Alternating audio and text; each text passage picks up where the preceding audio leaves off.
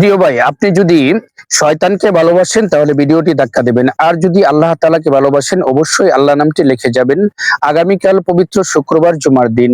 আপনি কি জানেন যে পবিত্র শুক্রবার জুমার দিনে কি আমলগুলো করলে 1 বছর নফল রোজা, 1 বছর নফল নামাজের সব আমলনামা লেখা হয়? জানেন না? তাহলে শুনে যান।